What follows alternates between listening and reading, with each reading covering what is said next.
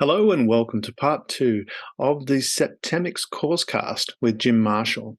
In this part, we'll be looking at the scales of control, scale of stopping, scale of scholarship, scale of literacy, and scale of human ability.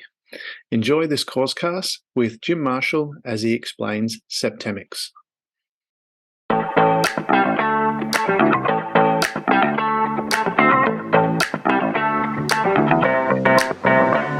Welcome to Share.Care, an all-inclusive community sharing experience, strength, and hope to create strong, healthy, and inspiring relationships. Share.Care communities work toward every individual feeling safe, valued, and heard, free from the threat of danger, pain, or harm. Each episode, founder Damian Andrews explores the principles underpinning Share.Care and invites expert special guests to share their knowledge so you can easily reap the benefits so many others experience. You hold the choice to create your future. Let it be with strong, healthy, and inspiring relationships. Hello and welcome to a CourseCast edition of the Share.Care podcast. Our belief is that global peace starts at home. Feeling safe, valued, and heard gives you a foundation to confidently step out and make the world a happier and safer place for everyone. Because in today's world, it's in your own selfish best interest to help others. Now, today we continue on with our Septemics introduction course with Jim Marshall. Jim, pleasure to have you back here on the show. Thanks, Damian. Good to see you. Excellent. So we get straight into it. We're up to the control, that axis. I'll bring that up on the screen. Let me just get that happening here. And we can continue on and you can tell us all about it. Do you want to just give us a little bit of a brief introduction as to the schedules and the different scales again, and then we can move forward with that. Okay. Well, I am the discoverer of hitherto unknown natural phenomena which greatly aid in the understanding of people, from which I constructed a revolutionary practical system called Septemics and published it in the book, Septemics Hierarchies of Human Phenomena. Septemics comprises a collection of scales or sequences, each of which breaks down various human phenomena into a hierarchy of 7 steps. There are 35 such scales, and we're going through them one by one, and I'm going to talk about how these work. Fantastic. And where we left off, we were up to the scale of control. So do you want to take it from there? Scale of control, it's linear, gradual. Do you want to explain the gradual component as well and specific, and start with that, please? Okay. Well, first of all, the first thing I need to say about this is most people seem to have a misconception on the definition of the word control. Okay. Control is an inherently good thing. There's no such thing as bad control. Most people get control mixed up with domination. This is a semantic falsity. Yeah. Okay? Every time you ever succeed at anything, it's because of control. A Pavarotti could control his voice. Serena Williams could control a tennis racket. So really self-control here is part of that. Steve Jobs could control Apple. Okay? Yes. So all success is the result of control. Awesome. Now, sometimes it seems like there's bad control, but it's really a lack of control. Let's say a guy says, "Well, my boss is a controlling person." Okay, the boss is probably not controlling his tone of voice, not controlling the way he speaks to his clients, not controlling the context in which he deals with this person. So if you fail to control something, it might give the impression that there's bad control, but that is an illusion. Right. Okay, so it's important to understand that. So when we talk about control equals success. Okay. Now, control occurs in 7 levels, okay? Full control which is the highest level, level 1, is creation. You are creating the thing. You are completely responsible for it, and this is where there's love. Like a parent with a small child. The parent loves the child, assumes complete responsibility for the child. The parent is creating the child. Okay? And at the bottom, the lowest level is must not control. This is inhibition. This is a person who says, don't control me, don't control me. Okay? They're inhibiting you. Yeah. This person, like for example, will not allow the doctor to give him an inoculation that he needs. Okay, so when a person is at a level of must not control, that's no responsibility, and that's where hatred exists. Okay. And of course, there's an axis, there's a gradient in here of these various levels. Now, you asked me about the type. Every scale has various types. A scale is either linear or spiral. This one is linear. It's gradual or quantum. This one is gradual. And it's specific or general. And this one is specific. So linear means this goes in a gradual line from 7 up to 1.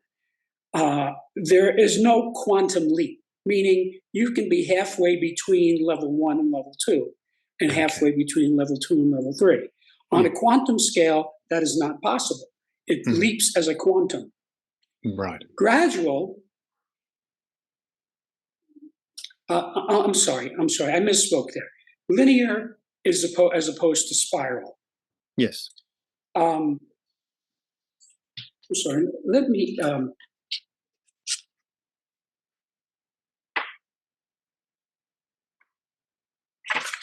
I want to make sure I get this right because you asked me about it. Okay, so,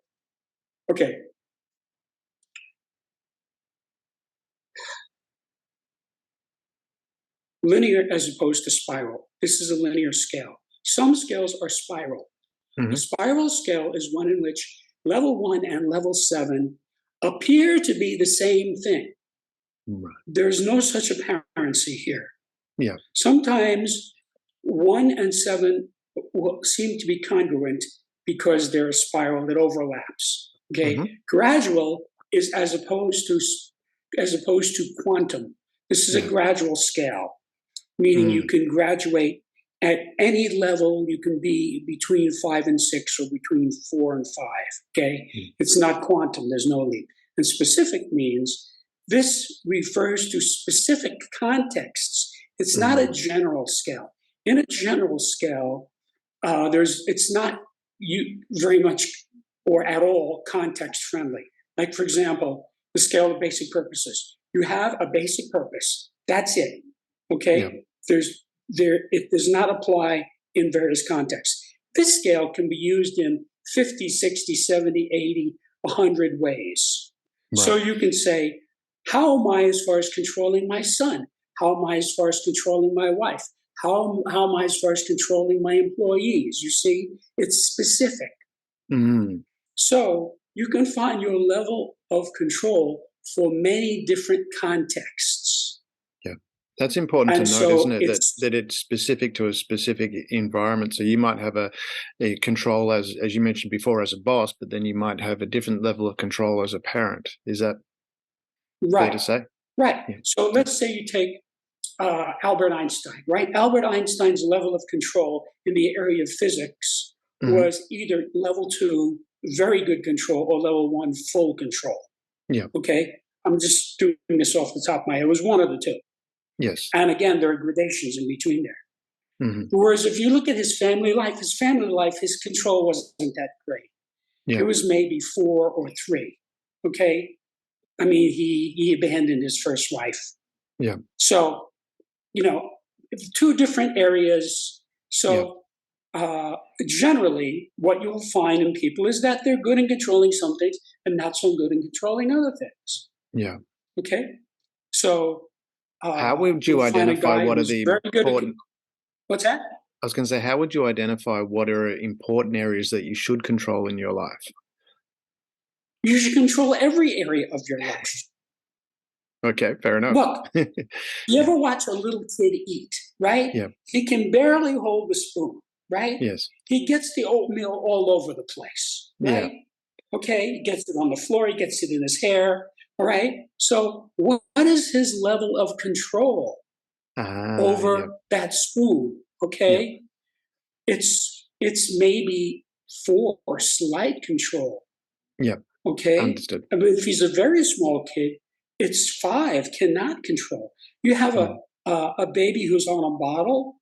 He Mm. cannot control the spoon. He can't get food Mm. into his mouth on his own. Yeah. Okay, Yeah. so So in every area, and you you're get aiming to somebody. work up the scale as much as possible. Every area in your life. Is That's that right, right, okay? Yeah. and good. So the whole idea of this subject is you find your level, and then your target should be the next level up. If Yeah. you're at cannot control, your Mm. target should be slight control, Yeah. meaning instead of disowning it, you want to be able to tolerate it. Yeah. Okay. Okay, so if you have a guy, he's can't get a date. Women don't like him. He has no love life. Right? He's somewhere around 5, 6, or 7. Yeah. Okay, okay. So like he can't control his girlfriends, right? Mm. Or maybe he's worse than that. Maybe he feels he must control them, and that screws up the relationship. Yeah. So there's Or he definitely might not some have control over dysfunction. his behavior in relation to girls, for example. Right. Yeah. Okay. So, like, there's some people I've noticed who can't control their pets. Yeah. They're not in good control of their pets. Right. Some people, they say, Fido, come here, and the dog goes right over to them, right? That Yeah. person's in good control or very good control, right? Yeah. But then there are people who the dog jumps on people when they come in the house, and the Mm. person says, no, get down. The dog ignores them. Yeah. They cannot control that dog. Yeah. Okay. So they're in some sense they're disowning it, Yep.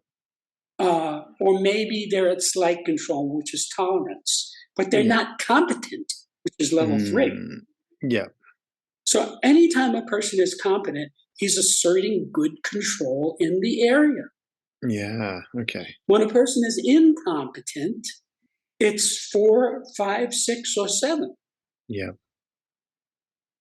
Okay. So yeah, so you have to understand when you get down to somebody who must not control, all right, that person is really crazy in that area. Mm.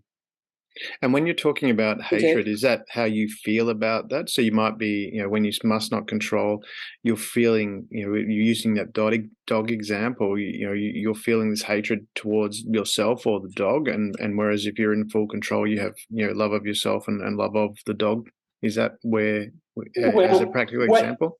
what whatever the area is, if Mm-hmm. you have love for that area, you have a Mm. high level of control.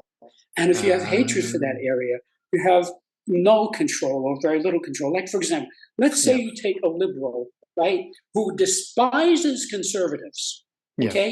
He hates them. Yeah. That person is assuming no responsibility whatsoever for those people, Right. okay? So he's saying, oh no, we can't have conservatives controlling anything, Right. Okay. right? We need to kill them all. They want to Yes. inhibit conservatives. Yes. Okay? This is like how Hitler was with the Jews, right? He Mm. assumed no responsibility for them whatsoever. Yeah. He hated them. Yes. He inhibited them, right? Yes. He had this area must not control. The Jews must not control anything, Mm. correct? Okay. We're going to get rid of them. Yeah. So that's crazy. Yeah. Now, above inhibition is compulsion. This is a Mm-hmm. person who must control. This Yeah. is what some people call a control freak. Right. Yeah. Okay, so this is a person who, you can't take his bottle of liquor away from him Yeah. because he drinks compulsively because he's an alcoholic. Mm. You know, Is if this you say where to him, OCD "Look, Joe, falls? pardon." Is that where OCD falls?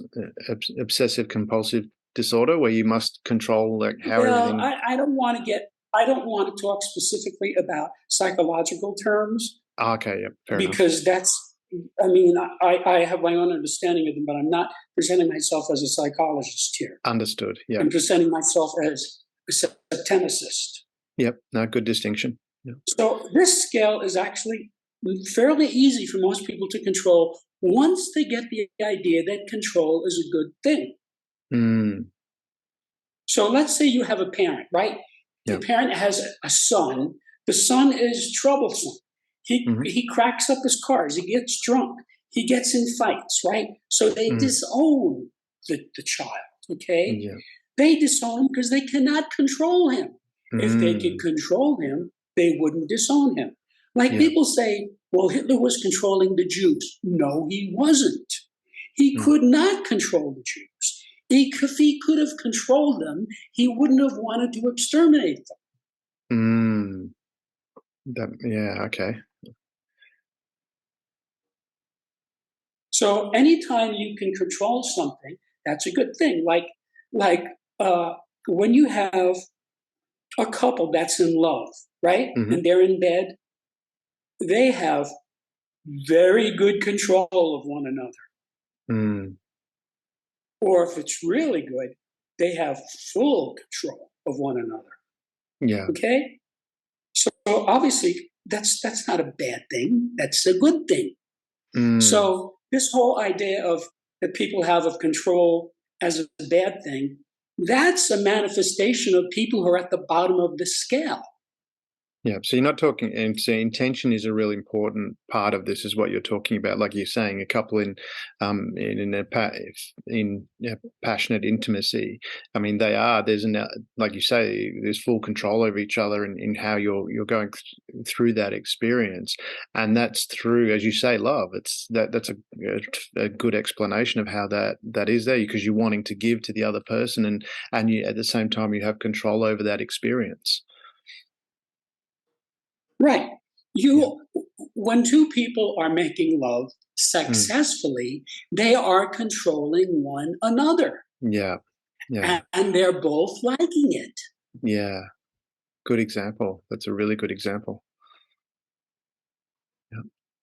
Or this happens with musicians. If you watch really great musicians play together, they're controlling one another. There's an interaction going on there. Not only are they controlling their instruments or their voices, they're controlling one another. Yeah. There is a feedback loop between them. It's a flow. It's in the moment where you're just receptive of what the other person is doing, and you're following that control. Yeah. Right. Yeah. So like the drummer, he's laying down a really good groove, and the bass player is digging it. Yeah. The bass player is playing with the drummer. Okay. Yeah. There is the bass player feels like in really great music, he feels that drummer is in full control. Yes, control me. He wants to be controlled by that drummer. And the bass player and the drummer want to be controlled by one another. That's what's supposed to happen in a rhythm section. They work together. They meld into one another as a unit where they're controlling one another. There's a combination of being able to allow yourself to be vulnerable as well, isn't there, with that? Yes, because control goes both ways. You control them and they control you. Yeah. You see, when control only goes one way, it's at the bottom of the scale. Like must control. You have a guy, he has to tell his wife what to do, Oh, no, we're not going to a Chinese restaurant. She says, let's go for Chinese food. Oh, no, we're going for Italian food, He's compulsive. Yeah. He must control her. Yeah. Now that's not a healthy relationship. No, definitely not. So I think the most interesting thing about the scale is that compulsion is not as bad as inhibition. Because when you control compulsively, that's must control. Yeah. In order to control that way, you have to take a little bit of responsibility for it. Yeah. There's not complete hatred. Yeah. You see, there's a lot of hatred, but it's not complete. But when you get down to must not control, you Mm. see, oh no, you're not going to tell me what to do. You see, that person is inhibiting you, Yeah. Yeah. So there's not and even any he's taking no ability to listen as responsibility. well. Right. So Yeah. control is, it's a inflow and outflow thing. There's two sides of it. Excellent. If you can't be controlled, you can't control. This is something that's been understood in the military for millennia. Mm. Okay, this is what they teach in military school. The young cadet comes in. He must learn how to be controlled. Yeah. Why? Because someday he's going to be an officer and he's going to have to control. So even if you are a general, you still have the prime minister or the president telling you what to do. Yeah. So there's always accept control and put out control. That's the norm. Yeah. When you And have even a the president functional is relationship, controlled by the people. yeah, and he's controlled by the Supreme Court, and he's controlled by, Yeah. there's everybody, they Mm. talk about the general's general. The general's general is the general's wife. Yeah. The general tells a million men what to do, Yeah. but when he goes home, his wife says, "Put on a clean shirt. The guests are coming." He says, "Yes, dear," and does it. Yeah. So it has to go both ways. If you Correct. cannot accept control, you cannot administer control. That is Yeah. known in the military, and that is how they make officers. An officer has to be in control of his men. If Yeah. he gives a command, they Mm. must follow him, Yeah. because if they don't, people are going to die. Mm. So he has to learn to follow orders. His commanding officer says, "Smith, you're going to take that hill at 0300." He says, "Yes, sir." And he tells his men, we're moving out at 2 o'clock. We're going to take that hill. The control is going both ways, inflow and outflow. Yeah. Okay. And so So that's important to keep in mind. how does a person move from one level to the next move up the scale? What do they need to do? Well, the important thing there is, once you know what level you're at, let's say a guy realizes that he's being compulsive in his control of his girlfriend. Hmm. You know, that's if he's able to realize that, then there's the potential for him to move up to disowning, which is cannot control. In other words, he will come up to a point of saying, "I can't control her."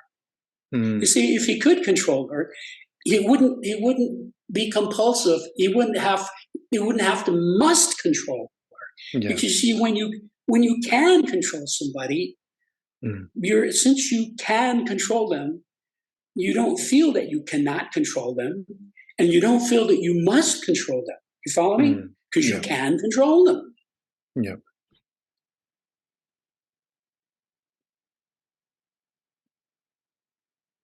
Okay. Shall we move on to the next slide? Is there anything more to cover on that? Yeah, sure. Next. Okay. Scale of stopping. Okay. Scale of stopping. Now, in this context, stopping means both discontinue and also prevent. Can you give an It's example really of the what you only mean? word. Yeah, well, if I say, "I'm going to stop smoking," right? You're Yeah. saying, "I'm going to discontinue smoking." Hmm. But if you say, "I'm going to stop the neighbors from trampling our flowers," he Mm. means he's going to prevent them from trampling Uh, the flowers, yeah. right? And this scale works equally both ways. Yeah. Okay. And this is a spiral So, scale.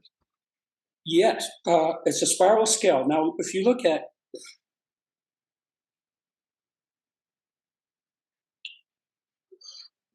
cannot be stopped and must not stop, a person who's in must not stop, that's like a maniac, you Hmm. know? And that sort of looks a little bit like cannot be stopped. Like if you listen to Hitler, he was Yeah. he was saying, "Deutschland cannot be stopped," right? Yeah. The truth is, He was down at 7. Yeah. Must not stop. He was compulsive. He wasn't invincible. He was compulsive. Yeah. But there is an overlap there where there is an apparency that 1 and 7 are the same, and it's easy to mix it up. So if you have a guy who's truly invincible, and he says, I cannot be stopped. Like, for example, Rocky Marciano. He was 49-0, right? World's champ boxer. He was the heavyweight champ who had never lost a bout. Okay? So I am sure that there was a period there where he felt he could not be stopped. Send him in and I'll beat him. Yeah. And he did. He beat everybody. So he probably felt invincible. Yeah. Okay? That's different from must not stop, which is a person who he's compulsive about the thing. He has to do it. He has to do it. So 7 is like a drug addict. He's got to have those drugs. He must not stop taking those drugs. Yeah. Okay, he's at the bottom of the scale. Yeah. Now, the difference between 1 and 7 is a person at 1 is very close to total freedom. See, it's just below freedom on the right. Yeah. And a person at level 7 is almost totally trapped. You see, entrapment is below there. So this is an axis of entrapment to freedom. Right. Okay. And it's a spiral scale. So you're moving from one to the other. And quantum it leaps from one to the other. There's no in between. Is that right? That's right. Yeah. Yeah. If you look at this, think about this for a minute. If you can be stopped, all right, the next level is cannot be stopped. Yeah. There's no intervening level there. You see, that's a quantum leap. Okay. Yeah. A person who's successful, okay, he can be stopped. If you talk to some guy, let's say a guy's making $1 million a year with his business, and say to him, well, do you think anything could happen to you that can stop you? He'll say, yeah, there could be earthquakes. There could be nuclear war. I could get a heart attack. He's successful, but he's still aware that he can be stopped. Yeah. See? Now, above that is a level that very, very few people ever get to, which is invincible. Sometimes in baseball, there's a pitcher who, for a short period of time, is so overwhelming that they describe him as unhittable. Yeah. They just say, he's unhittable. Yeah. This doesn't happen very often. And, when that guy goes on the mound, the team knows they're going to win that day because this guy is invincible. Yeah. Okay. He might give up a hit or two, but he's invincible. So, this is is a very rare state, a truly invincible state. And as a specific and it's scale, usually short-lived. Short-lived? Yeah. Okay. So it's a specific scale. So like you say, it might apply. This person might be invincible at baseball for that particular point in time, but then in other areas they might not be. So it depends on what you're applying the scale to in your life. Is that correct? That's right. A good example is Babe Ruth. Babe Ruth was the greatest baseball player who ever lived. And he was beyond successful. Now, was he invincible? Well, maybe at times he was. I mean, there are many seasons where he hit more home runs than entire teams in the league. Is that part of that mindset that you're in as well? Because, I mean, Babe Ruth hit the most home runs, and then, but at the same token too, he was struck out a lot as well, mainly because, from what I understand, he was trying to hit the home run, whatever came at him. That's right. Yeah. So can it be a mindset of creating that invincibility, going, I'm going to just do this, I'm either going to succeed or I'm going to fail completely, one of the two? You know, Yogi Berra was the most valuable player 3 times in the American League. Yeah. And somebody once asked him in an interview about being in a slump. And he said, I never thought I was in a slump. I always thought I would get a hit the next time up. Yeah. You see? He thought of himself as invincible. Yeah. Even if you threw him a pitch that was not a strike, he would hit it hard. I remember reading about that. He was famous for. I was going to say, I remember reading about that with Richard Preddy from the NASCAR, and he said there was times where he went to the racetrack. There was a whole period where he would go to the racetrack wondering who was going to come second because he was of the position he was going to win. That's right. Yeah. That's right. I had that experience once with my son. He was in the Cub Scouts. And they have this thing they do every year where they make little cars and then they race them. Yes. So I showed up at the race and I said to the guy in charge, "Where do we get the prize?" And he was surprised. He was taken aback because the race hadn't happened yet. Yeah. And sure enough, we won and we got the prize. So this guy said, "Boy, this guy's really confident." There is something about that. The race hadn't happened yet, and I was asking where to get the prize. Now, so cannot be stopped. Really, a good way to think about this is people like Samson, Hercules, Superman. Yeah. Yeah. So those are legends, so to speak. But if, for example, if you read the Aeneid, written by Virgil a couple of thousand years ago, Aeneas was this demigod. And the whole book is about him and how he led the survivors of Troy eventually to Rome to found Rome. It takes 12 volumes to go through this. And so he, in a sense, the way he's presented, if you read it, is that he's invincible. Yeah. He's destined to found Rome. And this is long before even Romulus and Remus. Yeah. Well, you could say that about Julius Caesar as well. As a general. He could not be stopped. It wasn't until he became a politician that he got stopped.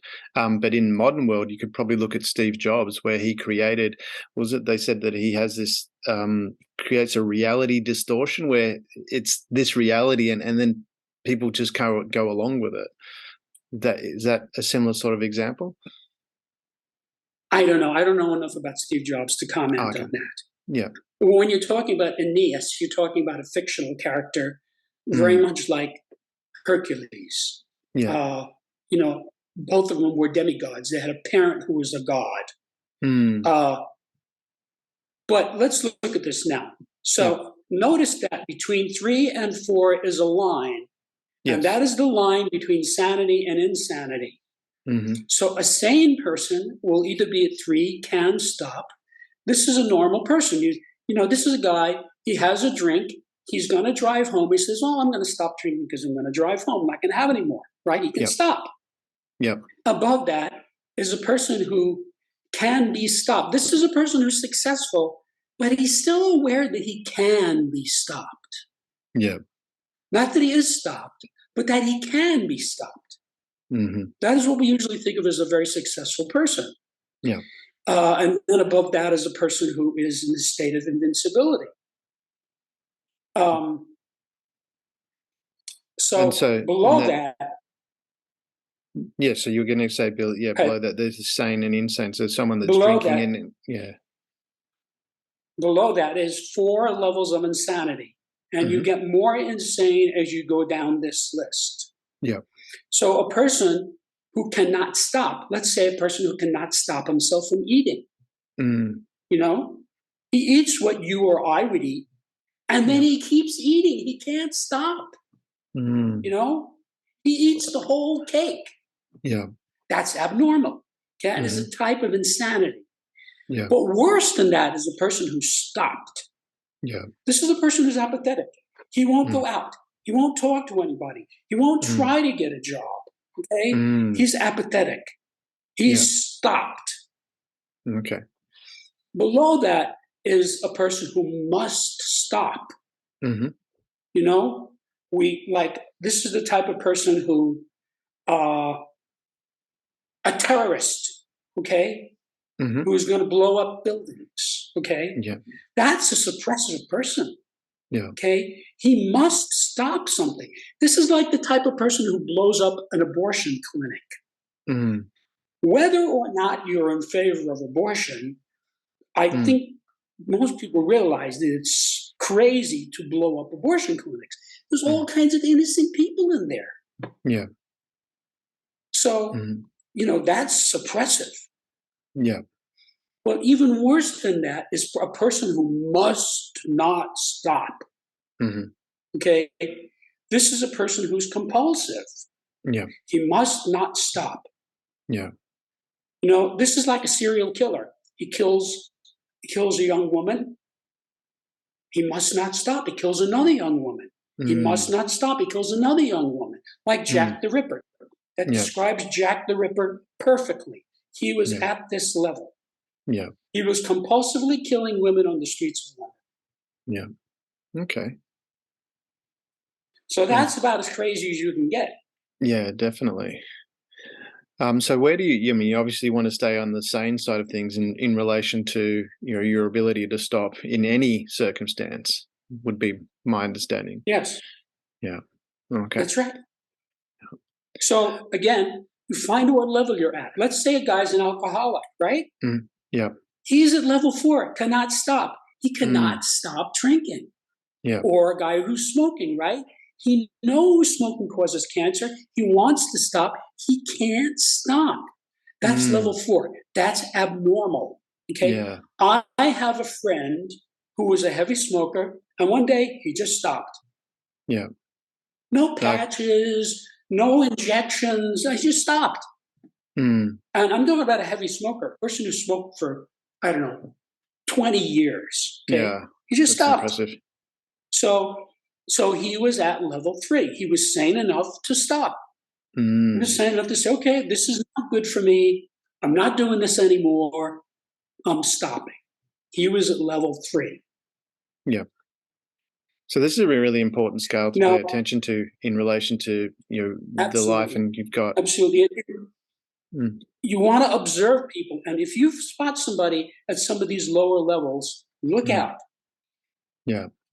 Can you help someone that if you identify someone in the lower levels, can you help them, or is it a case of just to, as you say, look out? Or well, first of all, let me say this, as I've said many times before: the further down the scale is, the person is on any scale, the harder it is for him to move on the scale. Right. Okay. If you find a person who's at level 7 and you show him this material, it's probably not going to do him any good. Yeah. And that's because a person is high on the scale because he's insightful, and he's low on the scale because he lacks insight. Yeah. Yeah. So in general, when you're at the bottom of the scale, it's hard to do anything about it. Right. And that's somebody who needs somebody to come in and help him. Yeah. Okay. So let's say you have a kid and he becomes a drug addict. Well, the parents intercede, okay? Because he's at 6. He's at 4. He cannot stop, okay? Yeah. He's insane in that regard. And they intercede. And maybe they lock him in a room for 2 weeks, okay? That's not a good way to do it, but there are, like Miles Davis, for example. He was a heroin addict. He went to his father's farm to be away from drugs, and he got off it by himself, which shows what a powerful person he was. But he realized he was abnormal, and he was able to, by putting himself out in the country with his dad, he was able to stop. Okay. When you get down to a person who stops, like a guy, he won't eat, he won't go out, he won't take a walk, he won't make a phone call. He's stopped. Very hard to get that person to do anything. Yeah. But if this person did improve, he would come up to cannot stop. In other words, he might become a chain smoker. He might become an alcoholic. He might become a drug addict. He might become a glutton. Yeah. He would come up to level 4, cannot stop. And you see this sometimes where a person will improve and then be in a cannot stop situation. He becomes abnormal, but not apathetic. Can you jump levels? Like your friend you mentioned was someone that smoked for 20 years and then suddenly stopped. Or is that just one level? I think he successfully moved from level 4 to level 3. Yeah. I'm so that's sure one there level. was a period of time there when he was finding out that about cancer and about heart disease and, all these things. And he was thinking, yeah, I really should stop. But he couldn't because nicotine is addictive. He was addicted to it. At some point, he said, that's it. And he made the quantum leap from 4 to 3. Yeah. So could someone go from level 6 to say level 3, or do they have to go through each steps? You always have to go through the steps. Yeah. Okay. And again, there's no intervening place. There's no place between stopped and cannot stop. Yeah. If you think about it for a minute, you'll say, you've got to do something or all of a sudden the guy he's not stopped anymore, but he's at cannot stop. Right. In some way. Okay. Yeah. In some way. And it doesn't matter. I mean, it can be a short period of time you go through, but you have to go through each level. So you might be must not stop, and you might go to stopped very quickly, then move to cannot stop, and then move to can stop. Yeah. Okay. But again, this is, when you're below at level 4 or below, it's not easy to move on this scale. Yeah. And the further down you get, the harder it is. Yeah, very interesting. So let's say we get somebody at level 6, must stop. Okay, yeah. This would be like a person who he must stop all abortions. He must. Okay, so this is somebody who would blow up an abortion clinic. So that person is clearly suppressive to anybody who gets in his way. Okay, if that person were to come off that must stop, he would go into a kind of a catatonia where he's just stopped. He realizes what he's doing is completely crazy and destructive, and then he'll just sit in his house for 6 months. Yeah. Okay. So basically, if you find yourself on the scale there, you need to move through each step. But if you're lower down, it's going to take much more effort to actually move to the one above it. But once you start that process moving forward, it becomes easier and easier. That's excellent. Right. On all scales, the closer you are to the top, the easier it is to move. Right. Okay. All right. Shall we move on to the next scale? Sure. Okay, it's the scale of scholarship. Now, this would have to do with education. Okay. Do you want to take us through that? Sure. So you have to realize now that there are 7 levels of scholarship, and this goes from the highest level to the lowest level. Now, the axis here is interest. How much interest does the person have? Yeah.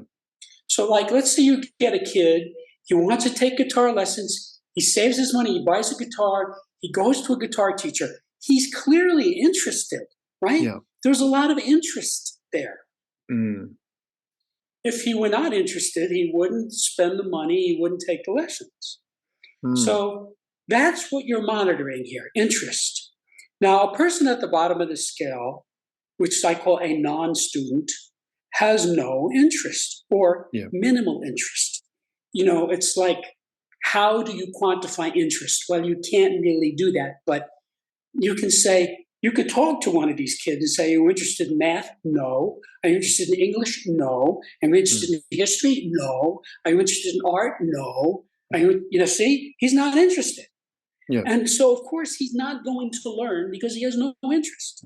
Yeah. So Okay. this is the type of person who will drop out of high school. Mm. Or if dropping out of it is too much for him, he might just play hooky. Yeah. But this person will not learn. There is no way to make a non-student not learn. Mm. The only thing you can do is move him up the scale. So if you have somebody who is a non-student, he's probably not going to take a course unless Yeah. he's forced to. So you Yes. have a truant officer. He finds the kid on the street. He drags him and he physically brings him to the school and puts him Mm. in the class. Yep. What good does that do? Yeah. Well, I guess you could say it gets him off the street, but it disturbs the learning environment, and the kid's still not going to learn anything because you haven't done anything to improve his interest. Yeah. Now, above this is something that is an interesting phenomenon: the facile student. The Mm-hmm. facile student has pretended learning, Mm-hmm. meaning he goes through the motions, but he doesn't really learn anything. Yeah. This guy might actually get good grades, but when you ask him about it 6 months later, he doesn't remember anything Mm. because this is a type of person who will parrot the answers. Yeah. You know, the teacher tells him something, okay, and he just regurgitates it on the test. He doesn't understand it. It's pretended learning. Yeah. This is somebody who's very, very insincere about this. He Mm-hmm. doesn't really want to learn. He just pretends to learn because he doesn't want mommy and daddy to get mad at him. Yeah. And this is the type of person, if you listen, you'll hear these people talking about, oh, yeah, I don't remember anything from algebra. Yeah. Well, you got through the course, you didn't get an F. What happened there? Okay? It was pretended learning. Yeah. How much of that does come down And to it's memory not, from that example? was that, I'm sorry, I didn't get, what was the question? I was going to say, how much of that comes down to memory from that example? Because you might have done well at school and learned what you needed to learn to pass, and then afterwards, you don't Yeah. use it for a period of time, and it sort of fades out of your Well, memory. well, well, look at it this way. All right, let's say you have a guy, he goes out on a date, and he happens to know that this girl loves wine. She's really into wine. Yeah. So he goes on the internet and he bones up on wine, Mm-hmm. right? So he can talk to her about Chablis and Chardonnay and Cristal and all these other, right? Yeah. And then he stops going out with her. He forgets the whole thing. If you ask him a Yeah. year later, you see, The interest is uh, gone. what's Chardonnay? He's going to say, I used to know, but I forgot. Yeah. So it's pretended learning. Yeah. He's like putting on a facade. Mm. I guess it comes down to the saying, you can't teach someone, they can only learn, and the learning comes down to that level of interest. So if they have minimal level interest, they're not going to be learning at all. So they're not going to be paying That's right. attention no matter what you're saying. Whereas someone, as you say, if they've got Uh, high interest in it, they're going to notice everything about it, regardless of whether you're trying to teach them or not. They'll pick up things from Yes. around. Yeah. Okay. Ah. And I'll tell you something. I was a very good student. I won scholarships at Mm. several levels. I went to elite schools where you had to take tests to get in. And I learned when I was a kid, I never really attempted to memorize much of anything. Mm. I just understood it. Yeah. You seem to be So very when I interested was in asked things, on the though. test, yeah, I was intensely interested in Mm. every subject that was taught. So I didn't really have to memorize it because I understood it. Yeah. Like for example, if you ask me about the theory of relativity, I understand the theory of relativity perfectly. Mm-hmm. I never made an attempt to memorize that, Mm. but I understand it, so I can explain it if I have to. Yeah. And I And guess that's what you find at the top of at the. Go ahead. Yeah, I was going to say, and I guess from your perspective too, you didn't have, it doesn't sound like you had a blockage where you said, I can't understand this. So you had a level of interest and believed that you could understand it. So it just became a natural thing for you to absorb that information because you didn't have those blocks. Well, I made an effort to Mm. learn because I Yeah. was motivated to learn. I wanted to learn. Yeah. Because I Okay. wanted to learn, I made the effort. So Yeah. sometimes I would find something that was a little bit difficult, you know. Mm. I'd look up words and I'd make charts and I'd discuss it with people. I'd ask the teacher. You know, I've done a lot of teaching. Teachers love it when students come up to them and ask them things about the Yeah. material because it means the kid wants to learn. You Well, not know, not just teachers, as what did everybody, I you think. mean? What did what did you mean when you were explaining Mm. Hemingway in this way? And the teacher Yeah. would say, "Well, I meant this, this, and this." And the guy says, "Okay, I see." See, so sometimes you have to make an effort to Mm. learn, but a motivated student will do that. And So then, then above the facile student is the poor student. yeah. Now, most people don't know about 6 and 7, but Hmm. they do know about 5. Yeah. Okay, this kid, he does not like to learn. You know why he doesn't like to learn? He's a poor student. Yeah. He's a poor student because he doesn't like to learn, and he doesn't like to learn because he's a poor student. Yeah. He has very little interest. Mm. Okay, so this is somebody who will get F's and D's, doesn't want to do his homework, doesn't want to study. He's a poor student. Yeah.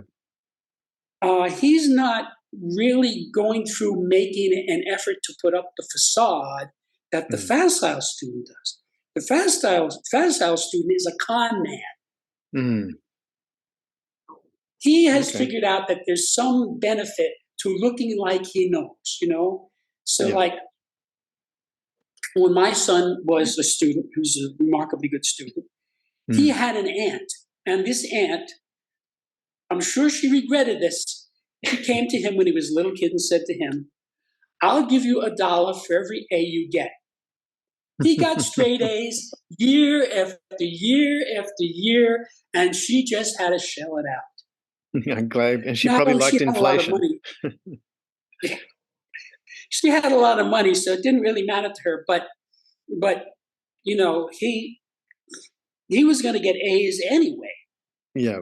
But there are various motivations, you know, like the kid, he wants to look like he's learning because he doesn't want his dad to beat him up with a belt, Yeah. right? Or he doesn't want his mom to call him stupid, Mm. even though he may be stupid. So, you know, the facile student is running a con game Yeah. on somebody, the Yeah. teacher and the parents usually. The poor Mm. student isn't even doing that. Yeah. You know, he comes home, he doesn't do his homework. He turns on cartoons, you Mm. know. Okay, so above that is the average student. This is like a normal person. He's willing to learn. Yeah. He's willing. Okay, Mm. that's how you can tell. And now above that is a good student. A good student learns well.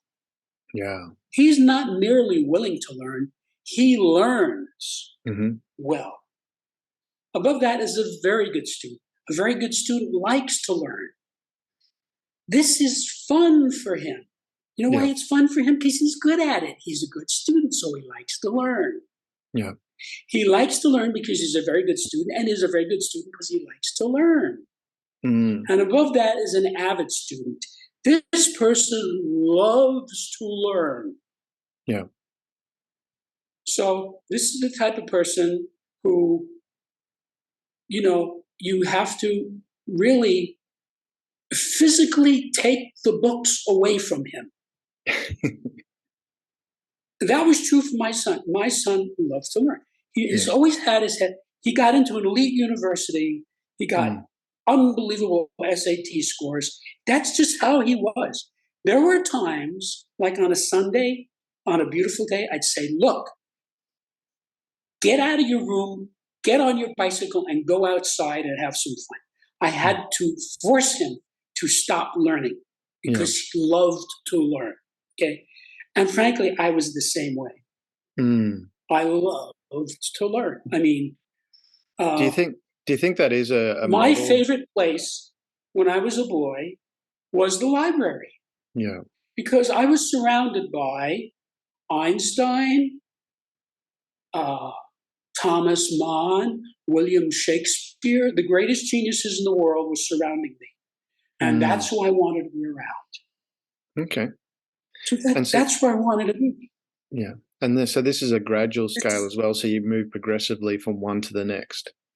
That's right. You move little by little. Mm. Okay.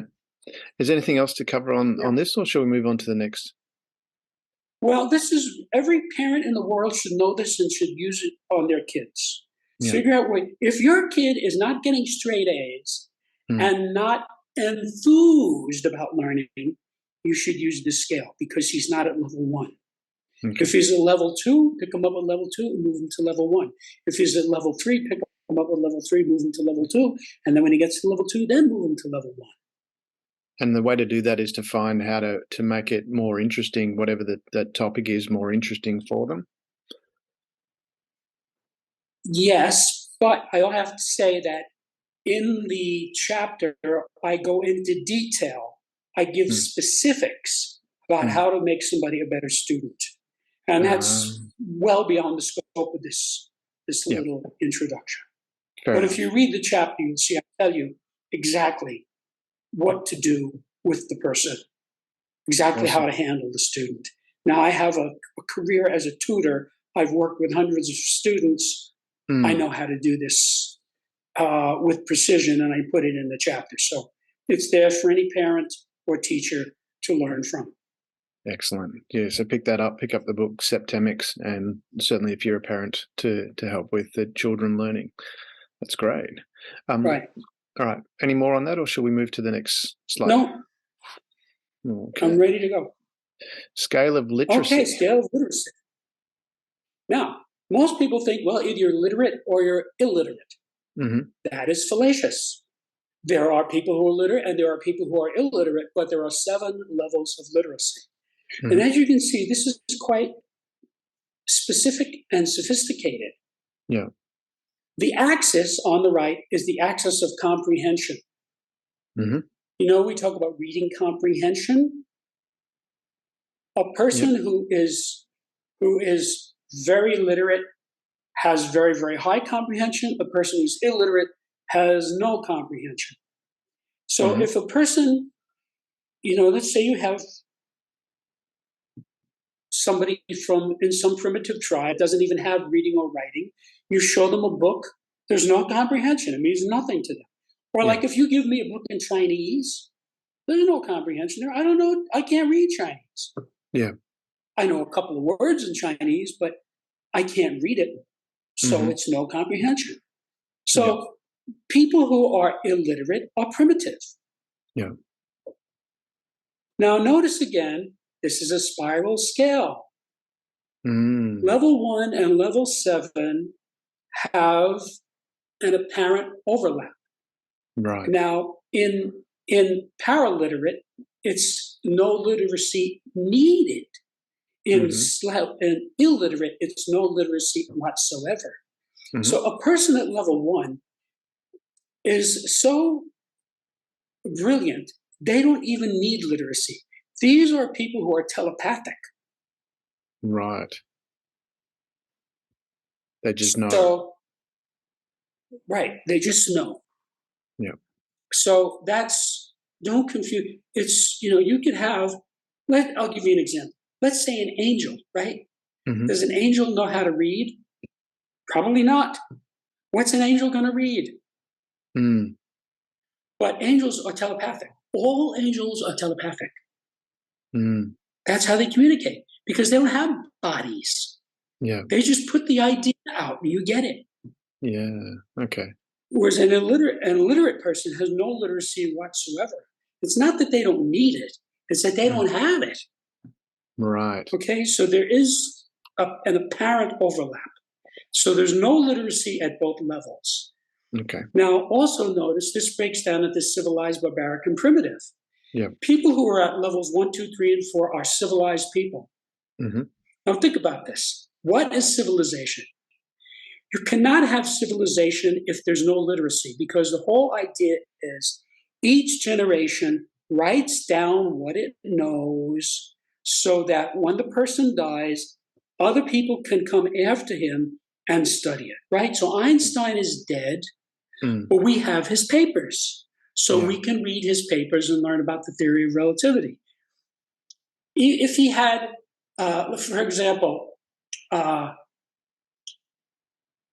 Tesla thought up the alternating current engine in his head. Yeah. He just figured it out in his head. And then he went and made what he saw in his head. Now, if he had not written that down somehow, we have it now. You can look up in a book how to make an alternating current motor, okay? But that had to come out of his head and be written down so that the succeeding generations would have the information. Yeah. Okay. So there is no civilization without literacy. Which is why primitive tribes were the same generation after generation. Yeah. Very little was handed down. Yeah. Now they had verbal communication, but this gets into a gray area because verbal communication is a type of literacy. It's not recorded literacy, but it is a kind of better than people who can't speak at all. Yeah. So in a minute, I'll get to how this is important in current society. Yeah. So the people who are below literate are either semi-literate or subliterate. Those people are barbaric. Now, millions of people in current society, in industrialized society, are semi-literate and subliterate. Many of these people have college degrees. Many of these people have graduate degrees. There are people with graduate degrees who are semi-literate. Right. Say you take some guy who is a math major, right? He's a whiz in math. He has a doctorate in math. And you give this guy something difficult to read, like Ulysses by James Joyce, or Henry James, okay?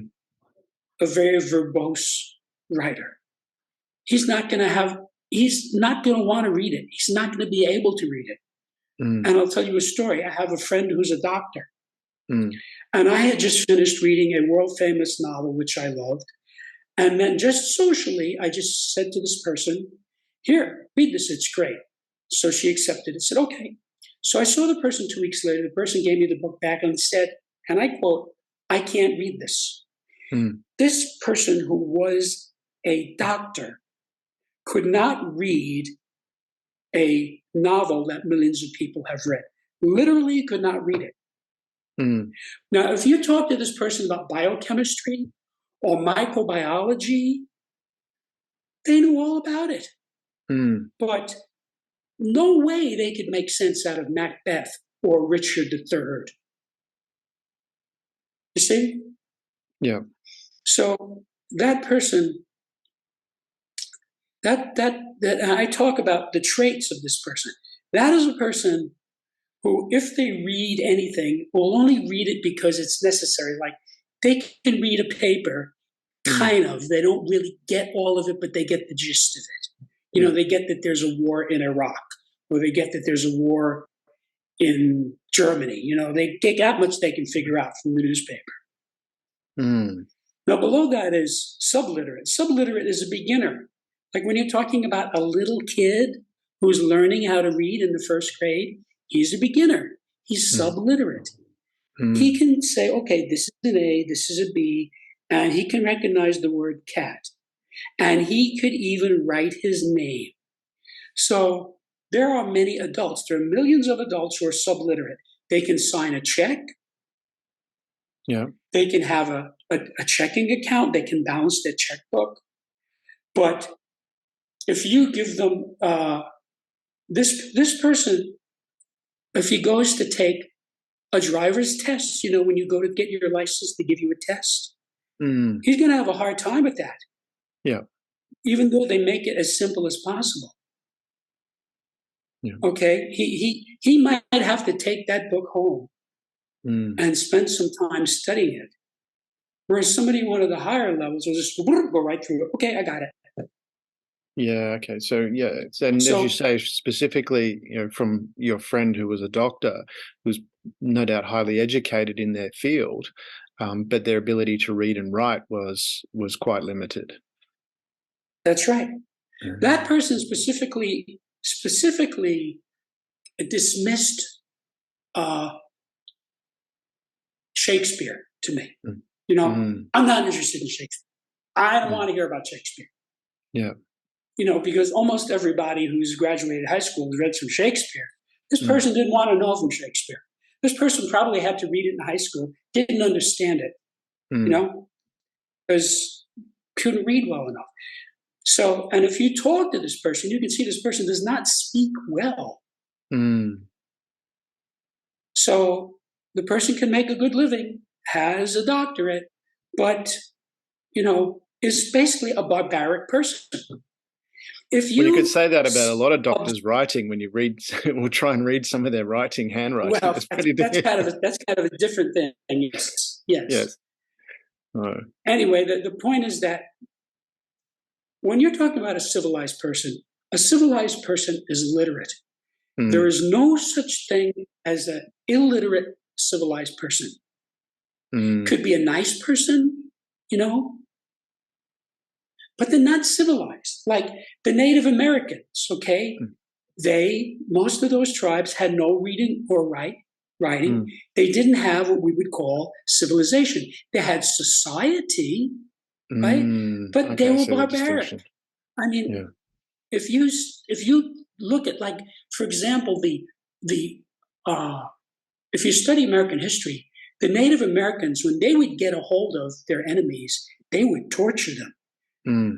They had horrible ways of torture. They had specialties. Like some Native Americans would take a guy's clothes off, put 4 stakes in the ground, tie him down, put honey on him, and then let the ants come and eat him to death. That's like worse than crucifixion. Or like some of the tribes in the East, when they would have an enemy, they would literally chew off the person's fingers. So we're talking about, again, these were not literate people. They were barbaric. So when you see the type of guy, he doesn't speak well, he doesn't read books, all he's interested in is drinking beers and picking up girls, that's a barbaric person. He has no appreciation of Hemingway or Thomas Mann. He's a barbarian. Yes, he can drive a car. Yes, he has a checkbook. Yes, he pays his rent, but he's a barbaric person. He's not civilized. Yeah. So that person is going to watch sports. Is going to get into fist fights in bars. It's a barbaric person, even though he's living in industrialized society. Yeah, and this is a gradual scale, so moves progressively from one to the other about the comprehension of reading and writing. That's right. So when a person is fluent in a language, he's literate. Awesome. Like you and I are fluent in English, so we are literate in English. Okay. So then you go up to above that, you go to very literate. Now, this is an intellectual. Somebody like William F. Buckley or Noam Chomsky or Henry Kissinger or Jordan Peterson. Okay. They're intellectuals. They're very literate. Now, some of those people a few of them might even be hyper literate. This gets into a level of brilliance that most people don't ever get to. Yeah. I suspect William F. Buckley was hyper literate. If you look at the massive amount of writing that he produced, the novels, the nonfiction, thousands of articles, and the quality of his writing. Forget about whether or not you agree with him. That's a separate thing. Yeah. But if you just look at the quality, the way he spoke, I suspect he was hyperliterate. Yeah. The difference between hyperliterate and very literate is a hyperliterate person, when he contacts a word that he either doesn't understand or doesn't understand fully, he is aware of that, which is a trait that most people do not have. Most people have, including people who are literate and very literate, have words that they think they know that they really don't know. Yeah. They have a misconception about it because they have difficulty telling the difference between the two. Yeah. So a hyperliterate person is a person who'll be, he'll be reading something abstruse, at a very high level, and then he'll say, wait a minute, I'm going to look up this word. And he'll look it up, he'll get, okay, and then he'll go back to it. Whereas a lot of other people would have just gone by that. Yeah. They sort of fudge it. So, again, cool. This is the gradual. Go ahead. I'm feeling better about myself because I look up words regularly. So that's a good thing. Or maybe it's because I've got a low base that I'm starting from. So. Well, I've done an enormous amount of tutoring, as I said before, and I've learned that I never ask a student, do you know what this word means? Because 95% of the time they're going to say yes, whether they do or don't. Yeah. I say to them, what is the definition of anthropomorphic? What is the definition of quotidian? What is the definition of antediluvian? And if I do not get a correct response in 5 seconds, I say, okay, let's look it up. Yeah, you've just given me a few words to look up. So. Right. So I go through this all the time. Yeah. I learned a long time ago, I learned this because I started tutoring when I was 15. Is that the secret, is to just look up words and start using them to move up the scales? As far as literacy, yes. Yeah. You need to, I'll tell you a secret. It's not really a secret, but you don't know it, but most people don't know this, but I carried with me everywhere I went an unabridged dictionary for 15 years. Wow.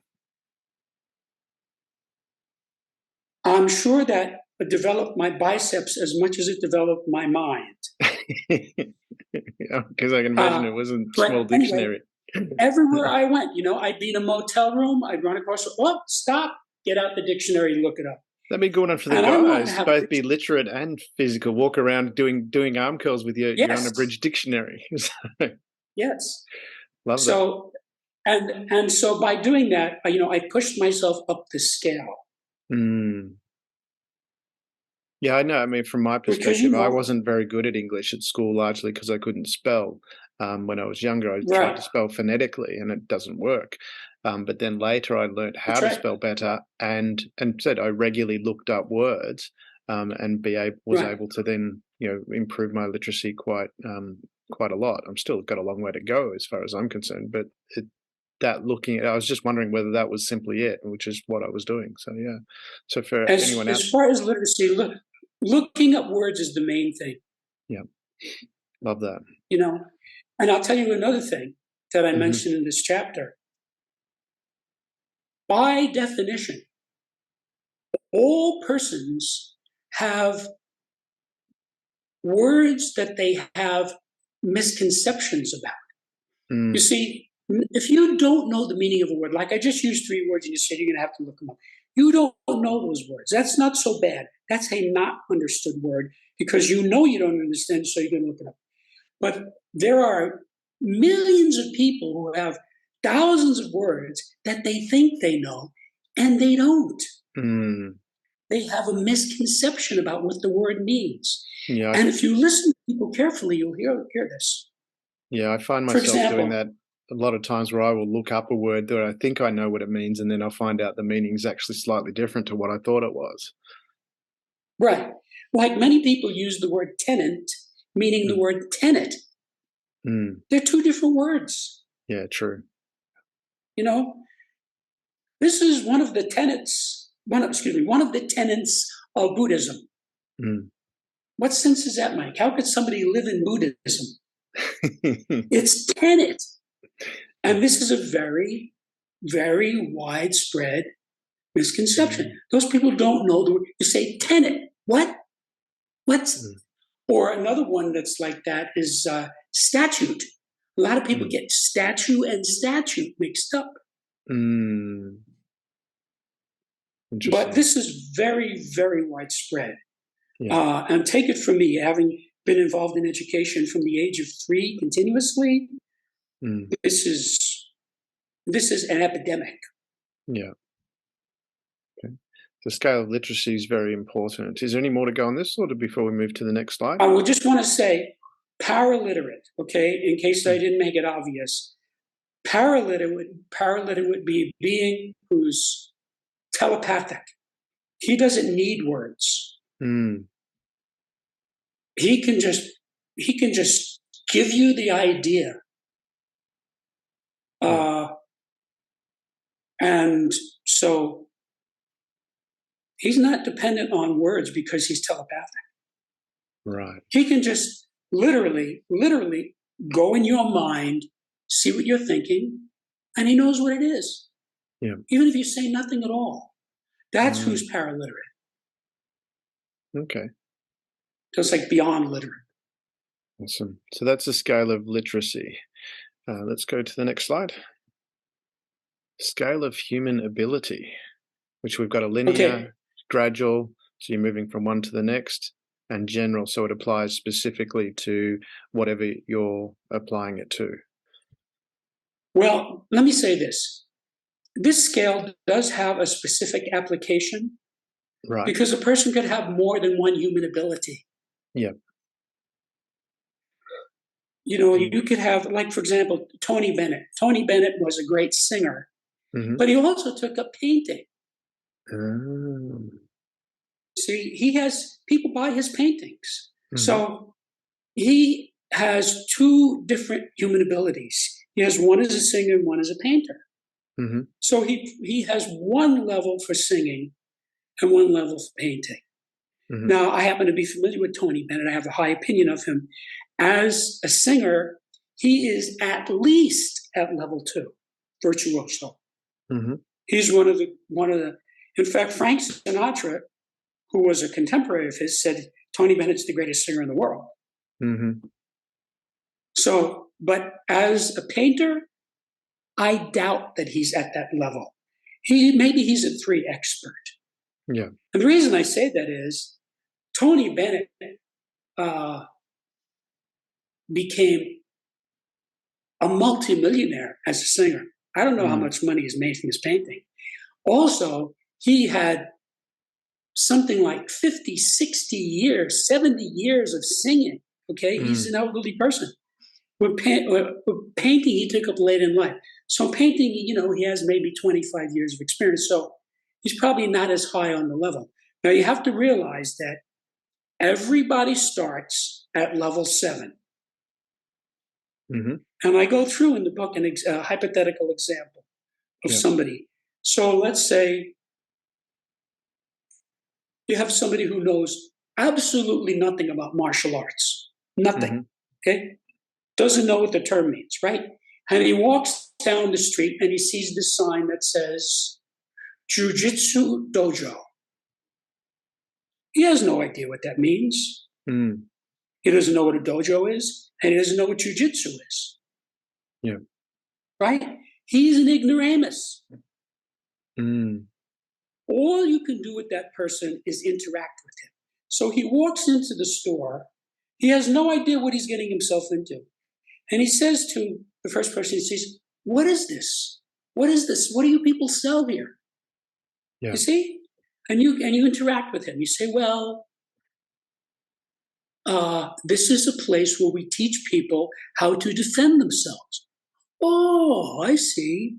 Jiu-jitsu is an ancient martial art, which I teach, and dojo is Japanese for school, so this is a jiu-jitsu dojo. He says, oh, I see. So tell me about this jiu-jitsu, So now, see, you're interacting with him. Yeah. Now, if you interact with him long enough, he'll come up to level 6, which is layman. Layman is a consumer. Like, for example, relative to being a fireman, I'm a layman. Yeah. See, I know enough about firemen, fire departments, fire trucks, fire prevention, I know what they're talking about. I know what they do. See, so you can kind of promote to me on that level. Okay. Now, when you go up from a layman, you become an amateur. An amateur is a dilettante. He does it, but he's not at the professional level. Yeah. Amateurs are your best customers. You know how many record or CD or music owners are amateur musicians? Probably in the billions. Some guy, he strums the guitar, he sits on the couch, he sings a song, He's an amateur musician, but that guy is going to buy records. He's going to buy concert tickets. Yeah. He's going to buy videos of Bob Dylan or whoever he likes. You see? You can sell him something. If you go to a sports event, go to a football game, and if you were to check, you would find that more than 50% of the men, much more than 50% of the men in that stadium used to play football. Yeah. They played high school football, college football, amateur football. They're the people who buy season tickets to football games. Not all of them, but the majority of them. You see? Now, up from that is when you become competent at something. Yeah. And when you're competent, you're a professional. You're good enough that people will pay you money for it. So you have a guy, he's an amateur musician, and after a while he gets good enough that he can get a little job in a bar on Friday and Saturday singing and playing his songs. He gets $50. So he's competent at it. Okay? Then if you keep going, eventually you become a master. Yeah. So these are people like, as in the guitar world, it would be like Jeff Beck, Eric Clapton, Steve Vai, Al Di Meola, Joe Pass. They're masters. Yeah. They're experts at what they do. They're beyond professionals. Okay? So these people have a level of refinement that goes beyond the average professional. And then above that is the virtuoso. A virtuoso, the thing he does becomes artistic, even if it's not art. Yeah. My father's father was a restaurateur and was a master chef. And I used to love to watch him cook. This was in the days before they had cooking shows. He was so good at cooking that I forget about eating it. I mean, yes, but I wanted to just watch him do it. There was an artistry to what he did. Yeah. It was like watching Monet paint. And Monet is a perfect example. He was a virtuoso as an artist. He was beyond an expert. He was a virtuoso. Yeah. So not many people get to that level. And then at the top of the scale is genius, like Einstein or Shakespeare. A genius is unique. His virtuosity is so refined that he's unique. Nobody can do what he can do. Yeah. So really, I'm sure everybody in the world of theater understands that Shakespeare is in a category by himself. Yeah. Yes, there are great playwrights, but there's nobody like Shakespeare. Mm-hmm. He's unique. Yeah. Or a good example is like Jeff Beck. Mm-hmm. If you've ever seen Jeff Beck played a guitar like nobody else. Mm-hmm. He did things with a guitar that nobody else even thought of. Mm-hmm. And he would mix all these techniques together. Yeah. He was unique. There was nobody like Jeff Beck. Mm. So you could say he was a genius as a guitarist. Yes, Eric Clapton is a brilliant guitarist. He's a virtuoso, but he didn't do what Jeff Beck did. Yeah. I mean, I love them both, but he's in a category by himself, like Babe Ruth.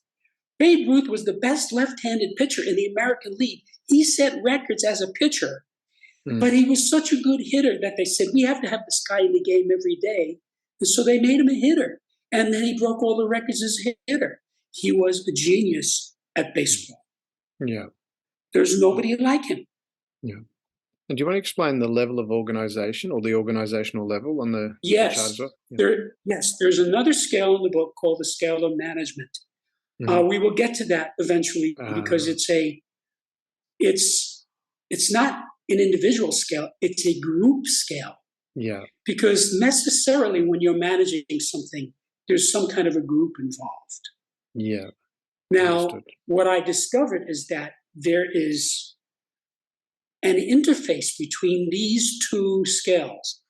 This is revolutionary by itself because it tells you when you have a person at any one of these levels, you know where to fit him into your organization. You see, organization has 7 levels.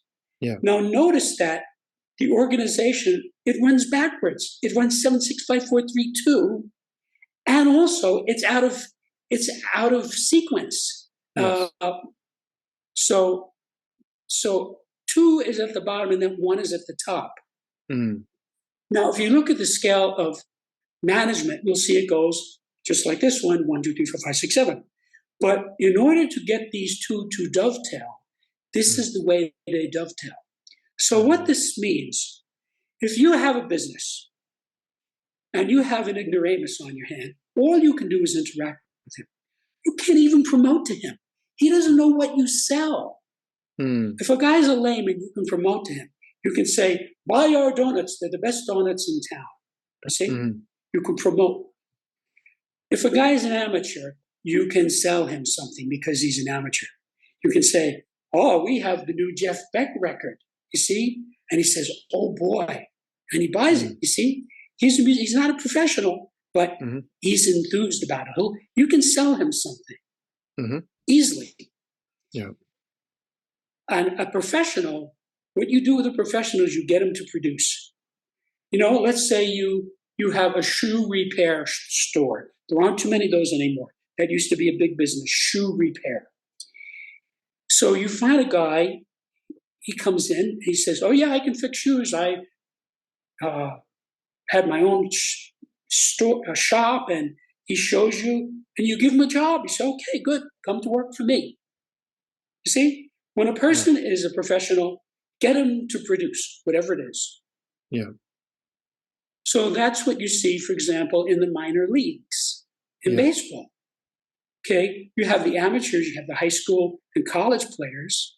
They're not professionals yet. They come into the minor leagues, and that's where you become a professional. You're getting them to produce. You make them go out there and play every day. Now, when a person is an expert, that's not somebody you're going to put on the production line. Yeah. That's somebody you're going to have refine the product. That's like the difference between a designer and the director of design. So like you take a place like Apple, right? Jonathan Ive is one of the most famous designers in the world. But he's not merely a designer. He's a director of design. Yeah. He has all these designers under him who work. He's He is refining Apple's products because he's an expert in design. He's not merely a designer. Yeah. Now, above that is virtuoso. Very few people ever get there. When you have a virtuoso, market him because people will pay a lot of money because he's so spectacular what he does. Like Pavarotti. What do you do with Pavarotti? You put him on tour. Yeah. You market him. People come in and pay $100, $200 a ticket to hear him sing. Yeah. Okay? That's what you do with a virtuoso. Now, you have to realize, if you take somebody who's an amateur and you try to get him to produce, you're going to have a bad product because he's an amateur. Yeah. You see? If you have a person who's an expert and you try to get him to produce, he's not going to be happy. Yeah. He's already past that. He's done that. He knows how to do that. He can show you how to refine your product so that you have the best cell phone or the best pair of shoes or the best car. Okay? You get him to refine the product. And he's the guy in charge of quality control. He goes around and he looks at the professionals and he says to them, let me show you how to do this better. Do this, this, and this. And he gets them to do it that way. Okay, now by the time a guy gets to be a virtuoso, he's ready for the world. Yeah. That's like Eddie Van Halen, the virtuoso guitarist.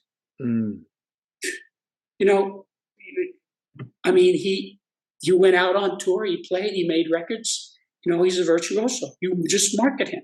That's all you have to do. You'll make a ton of money. Yeah. There aren't too many of those people. Yeah.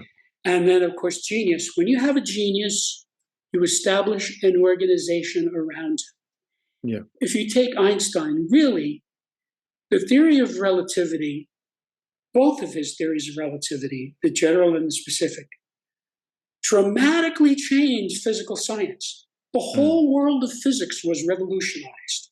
Yeah. And so, in a sense, if you talk to people about physics, they talk about Einsteinian physics or post-Einsteinian physics. Prior to Einstein, we had Newtonian physics. Okay, Newton had a view of the world and it worked up to a point, but it was revolutionized. So, in a sense, there's like a subculture of where you talk about Einsteinian physics. Yeah. Okay. So when a person is like a perfect example of this is Shakespeare. You have Shakespeare festivals, right? Yeah. You have actors who study Shakespearean acting. Many of the best actors are people who were Shakespearean actors and went through that rigor and performed Shakespeare. And then, of course, later they went to Hollywood and made billions of dollars. Yeah. Like Patrick Stewart is a perfect example.